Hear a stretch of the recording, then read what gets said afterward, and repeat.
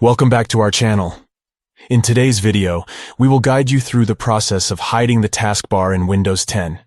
If you want to maximize your screen space and have a clutter-free desktop, this tutorial is for you.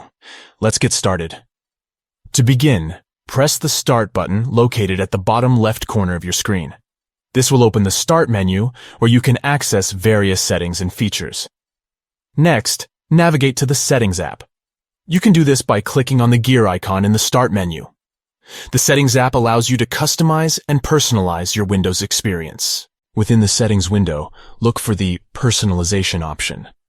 Click on it to access a range of customization settings for your Windows 10 system.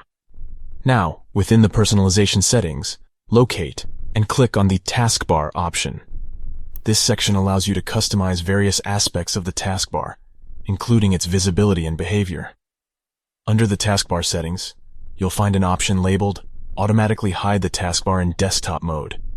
Simply toggle the switch on to enable this feature and hide the taskbar when not in use. And there you have it. You have successfully hidden the taskbar in Windows 10, giving your desktop a clean and spacious look. Enjoy a distraction-free working environment and make the most out of your screen real estate.